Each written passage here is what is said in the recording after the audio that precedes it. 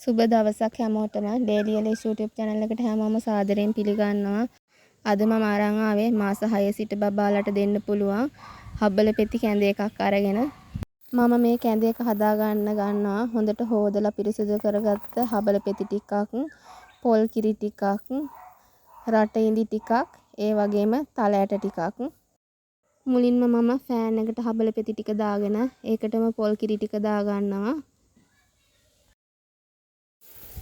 මේ වගේ හොඳට පොල් කිරි ටික පැහිගෙන එනකොට මම ඒකට රට ඉඳි ටික දා ගන්නවා.